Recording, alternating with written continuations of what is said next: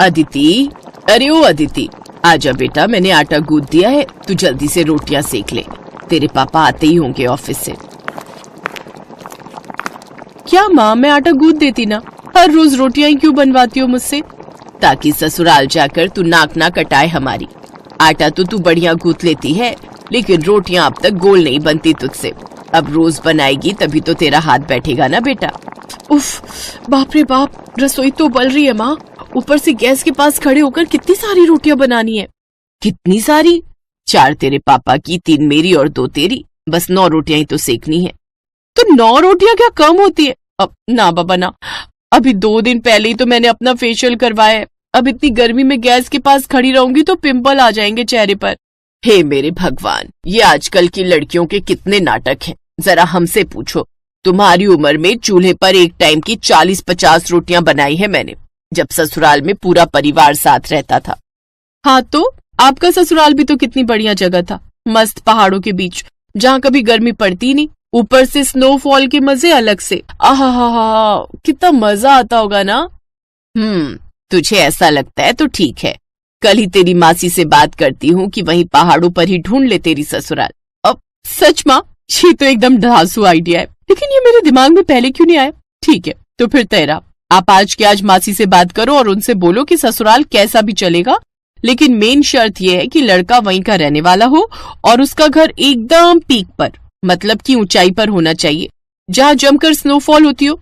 Wow, कितना बढ़िया हो जाएगा फिर तो। स्नोफॉल देखने के लिए न छुट्टी लेने की जरूरत और न इस गर्मी से जूझने की टेंशन।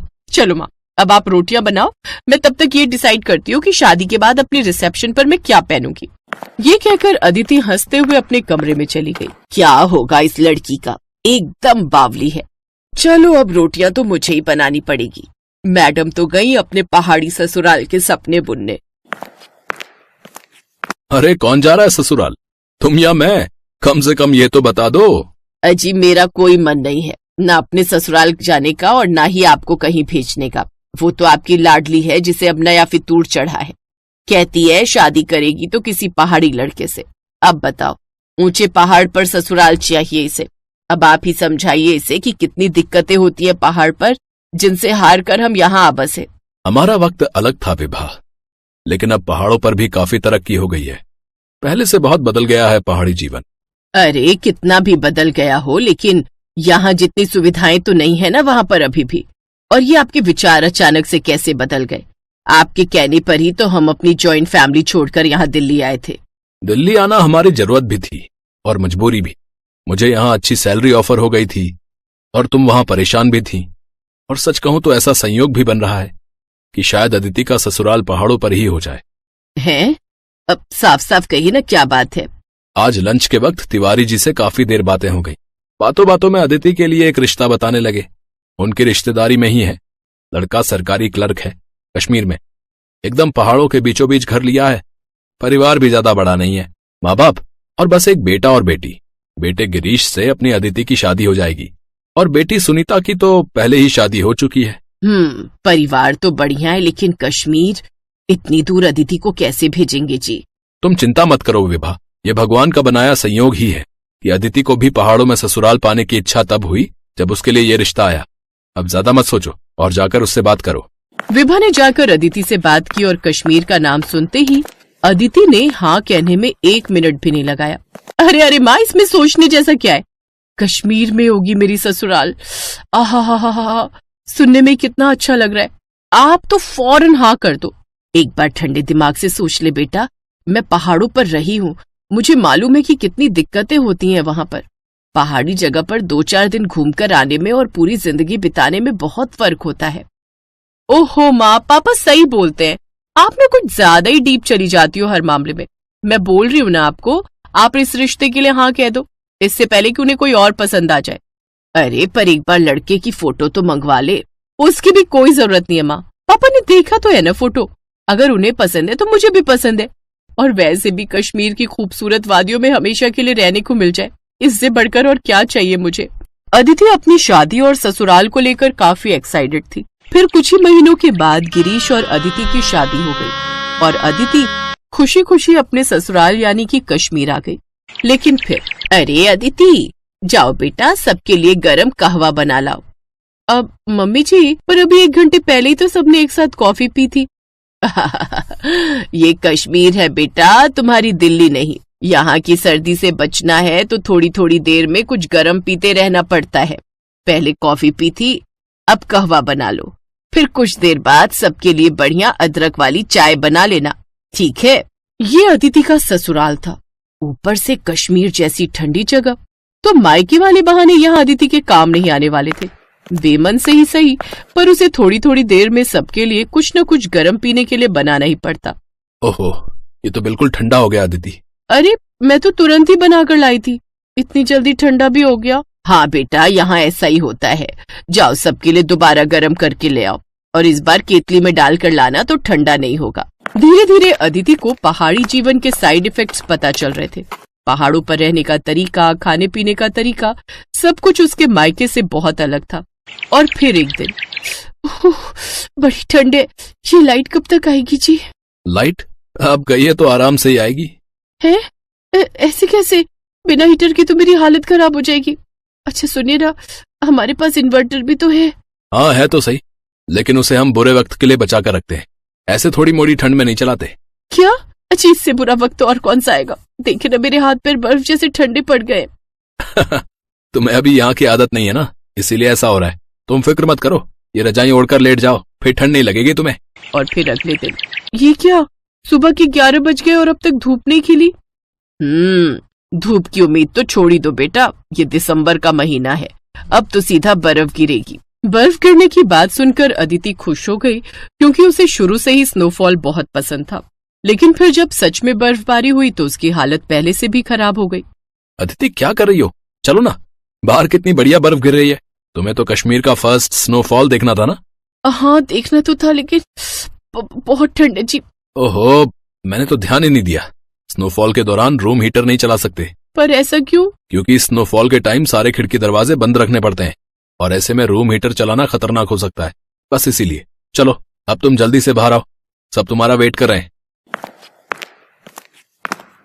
लेकिन जब वो अपने कमरे से बाहर आई तो उसे देखकर सब अपना पेट पकड़कर हंसने लगे। ये क्या हाल बना लिया तुमने अदिति? एकदम कार्टून लग रही हो। सबको खुद पर हंसता देखकर अदिति को बुरा लगा और उसकी आंखों से आंसू बहने लगे। कोई बात नहीं बेटा, पहाड़ों में ससुराल होने के कई फायदे हैं तो कुछ नुकसान भी हैं, मैं समझती हूँ। लेकिन मुझे भरोसा है कि धीरे धीरे तुम भी ढल जाओगी, जैसे मैं ढल गई। लेकिन फिलहाल तुम्हारी हालत देखकर लगता है कि तुम्हें कुछ दिनों के लिए अपने मायके हो आना चाहिए। क्यों, सही कहा ना मैंने? अपनी सास की बात सुनकर अदिति के चेहरे पर स्माइल आ गई। वो समझ गई थी कि पहाड़ों में ससुराल होने के बारे में सोचने और असल में वहां रहने में काफी फर्क है। ऐसा नहीं था कि वो हिम्मत हार गई थी, लेकिन फिलहाल वापस कुछ दिन अपने मायके में आकर रहने के लिए वो बहुत एक्साइटेड थी।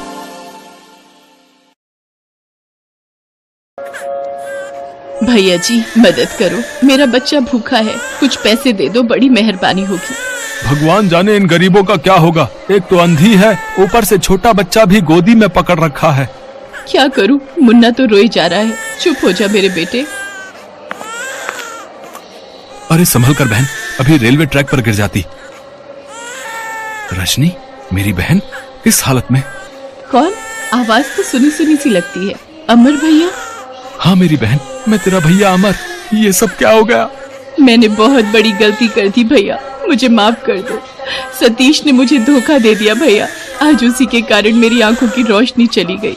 उस दिन जब रजनी के साथ आखिर ऐसा क्या हुआ जो उसे इतने पैसे वाले घर की होने के बाद भी आज ये दिन देखने पड़ रहे थे। रजनी अपने भैया भाभी की लाडली बहन थी, उसके पास पैसों की कोई कमी नहीं थी। वो रानियों की तरह अपने घर में रह रही थी। भैया, मुझे इस भाई दूज पर सोने का सबसे महंगा जड़ाऊ हार ही चाहिए। हाँ हाँ मेरी प्यारी बहन, ले लेना। पूनम, तुम आज ही रजनी के साथ सुनार की दुकान पर चली जाओ। रजनी बहुत खुश थी, वो अपने भैया भाभी के साथ बहुत घुल मिल कर रहती थी। पर अचानक एक दिन रजनी की जिंदगी में सतीश नाम का एक लड़का आता है। रजनी सतीश के बारे में कुछ नहीं जानती थी। रजनी, मैं तुमसे बहुत प्यार करता हूँ, पर मैं तुम्हारी तरह पैसे वाला नहीं हूँ। ऐसा मत कहो सतीश, मैं भी तुमसे बहुत प्यार करती हूँ। रजनी, इस प्यार का क्या फायदा? तुम्हारे भैया तुम्हारी शादी मेरे साथ कभी नहीं होने देंगे। तुम चिंता मत करो सतीश, सब हो जाएगा। मैं भैया से हमारी शादी के बारे में बात करूंगी। रजनी अमर से सतीश के बारे में बात करती है, पर अमर गुस्से में रजनी को डांट देता है। तुम्हारा दिमाग खराब हो गया रजनी, तुम्हें पता भी है उस लड़के का ना कोई काम ना कोई धंधा, फिर भी तुम उससे शादी करने के लिए कह रही हो। मैं तुम्हारी शादी उससे कभी नहीं होने दूंगा। मैं सतीश से प्यार करती हूँ और मैं उसी से शादी करूंगी। रजनी गुस्से में अपने कमरे में चली जाती है। अमर रजनी का रिश्ता एक ऊंचे घराने में तय कर देता है और शादी के दिन रजनी सतीश को फोन करती है। सतीश, मैं ये शादी नहीं करूंगी। अगर तुम मुझे लेने नहीं आए तो मैं जहर खाकर अपनी जान दे दूंगी। एक काम करो रजनी, हमें यहाँ से भागना होगा। जैसा मैं कहता हूँ वैसा करो, मैं सब संभाल लूंगा। मैं तुम्हारा इंतजार करूंगा, तुम तैयार रहना। रजनी अपने बैग में शादी के सारे जेवर, कैश और कुछ कपड़े रखकर सतीश के साथ भाग जाती है। अमर, रजनी अपने कमरे में नहीं है। लगता है सतीश के साथ भाग गई है। उसकी सहेली ऋतु ने उसे बाइक पर बैठकर जाते हुए देख लिया था। रजनी, तुमने ऐसा क्यों किया? तुमने अपने भविष्य पर कुल्हाड़ी मार ली। मैं जानता हूँ वो लड़का सही नहीं है। अमर रजनी को हर जगह ढूंढता है, पर वो उसे कहीं नहीं मिलती है, क्योंकि सतीश रजनी को लेकर कोलकाता आ जाता है। कोलकाता आकर रजनी को सतीश की सारी सच्चाई पता चलती है। शादी के बाद सतीश शराब के नशे में रजनी को खूब मारता था। तुम आज फिर शराब पीकर आए हो सतीश, और तुमने मेरे सारे जेवर बेच दिए। मेरे आगे जुबान लड़ाती है? हाँ, मैं पीकर आया हूँ। मैंने बेच दिए तेरे जेवर। बोल क्या कर लेगी? भैया सही कह रहे थे, तुम अच्छे इंसान नहीं हो। तुमसे शादी करना मेरी सबसे बड़ी भूल थी। सतीश ऐसे ही गुस्से में रोजाना रजनी को मारता पीटता था। रजनी अब एक बच्चे की माँ बन चुकी थी। मुझे घर का राशन और मुन्ना के लिए दूध लाना है, और तुम यहाँ बैठकर दोस्तों के साथ शराब पी रहे हो। तुम्हें शर्म आनी चाहिए। मेरे दोस्तों के सामने मेरा अपमान करती है। तुझे आज मैं नहीं छोड़ूंगा। सतीश गुस्से में रजनी को धक्का दे देता है। रजनी के सिर पर गहरी चोट आती है और वो लहूलुहान हो जाती है। सतीश उसे उसी हालत में छोड़कर वहाँ से भाग जाता है। अरे भाई, बेचारी को बहुत चोट आई है, कोई उठाकर इसे अस्पताल ले चलो। लगता है ये इसी का बच्चा है जो तेज तेज रो रहा है। हाँ, इसका नाम रजनी है, ये इसी का बच्चा है। कुछ लोग उठाकर रजनी को हॉस्पिटल लेकर जाते हैं, पर रजनी की आंखों की रोशनी चली जाती है। सतीश का कहीं कुछ भी पता नहीं था। सतीश ने मेरे सारे जेवर बेच दिए, मुझे धोखा देकर वो भाग गया। अमर भाई, आप सही कहते थे, सतीश अच्छा लड़का नहीं है। वो मुझे और मेरे बच्चे को इस हाल में छोड़कर भाग गया। आप बीती सुनाते सुनाते रजनी की आंखें आंसुओं से भर जाती हैं और वो बहुत तेज फूट फूट कर रोने लगती है। मेरी बहन, तूने इतने दुख झेले और मुझे एक बार भी खबर देने के बारे में नहीं सोचा। तू अपने घर लौटकर क्यों नहीं आई? भैया, मैं किस मुंह से आपके पास आती? मैंने आपका इतना अपमान करवाया। अपनी शादी तोड़कर मैं सतीश के साथ भागी थी। आपकी समाज में कितनी बदनामी हुई होगी। नहीं रजनी, ऐसा मत सोच। तू मेरे लिए जान से भी प्यारी है मेरी बहना। चल अब अपने घर चल। ला, मुन्ना को मैं पकड़ता हूँ। अमर रजनी और मुन्ना को घर ले आता है। रजनी की भाभी पूनम को भी सारी बात का पता चलता है। वो भी रजनी की यह हालत देखकर बहुत दुखी होती है। अमर शहर के जाने माने आंखों के डॉक्टर से रजनी के इलाज के बारे में बात करता है। आप चिंता मत कीजिए मिस्टर अमर, आपकी बहन की आंखों की रोशनी वापस लाना मेरी जिम्मेदारी है। डॉक्टर रजनी की आंखों का ऑपरेशन करते हैं और उसकी आंखों की रोशनी लौट आती है। कुछ दिन बाद दिवाली थी। रजनी अपने भैया भाभी के साथ मिलकर दिवाली का त्योहार मनाती है और दिवाली के एक दिन बाद भाई दूज का त्योहार था। भैया, मुझे माफ कर दो। मैंने आपका कहना ना मानकर बहुत बड़ी गलती की थी। मैंने मुन्ना के साथ कैसे गरीबी के दिन देखे हैं ये मैं ही जानती हूँ। मुझे सतीश से बहुत नफरत हो रही है। अगर वो एक बार मेरे सामने आ जाए तो मैं उसे जिंदा नहीं छोड़ूंगी। रजनी, जो हुआ उसे भूल जाओ और मुन्ना के साथ अपनी नई जिंदगी की शुरुआत करो। आओ बैठो भैया, मैं आपको भाई दूज का तिलक कर दूं। कब से मैंने और आपने मिलकर भाई दूज का त्योहार नहीं मनाया। ये देखो रजनी, तुम्हारे और मुन्ना के लिए कितने सुंदर उपहार खरीदे हैं मैंने। रजनी, तुम्हें सोने का जड़ाऊ हार पसंद है ना? देखो, मैंने सुनार से आज भाई दूज के दिन के लिए ही बनवाया था। एक भाई का तोहफा एक प्यारी सी बहन के लिए। रजनी अपने भाई भाभी के साथ मिलकर भाई दूज का त्योहार मनाती है। अब रजनी, कैसी हो? मयंक, तुम यहाँ? अब हाँ, मुझे पता चला। अमर भैया ने मुझे तुम्हारे बारे में सब बता दिया। अगर तुम चाहो तो मैं आज भी तुमसे शादी करने के लिए तैयार हूँ। मैं तो हमेशा से ही तुम्हें बहुत प्यार करता था, करता हूँ और करता रहूंगा। मयंक, तुम बहुत अच्छे हो। मैं तुम्हें शादी के मंडप में छोड़कर भाग गई थी, फिर भी आज तुमने मेरा हाथ थामा, मेरे मुन्ने को अपनाया। कहते कहते रजनी की आंखों में आंसू आ जाते हैं। अमर अपनी बहन की जिंदगी फिर से संवारना चाहता था, इसलिए वो कुछ समय बाद रजनी की शादी मयंक के साथ धूमधाम से करता है। रजनी अपने पति मयंक और मुन्ना के साथ खुशी खुशी जीवन बिताने लगती है।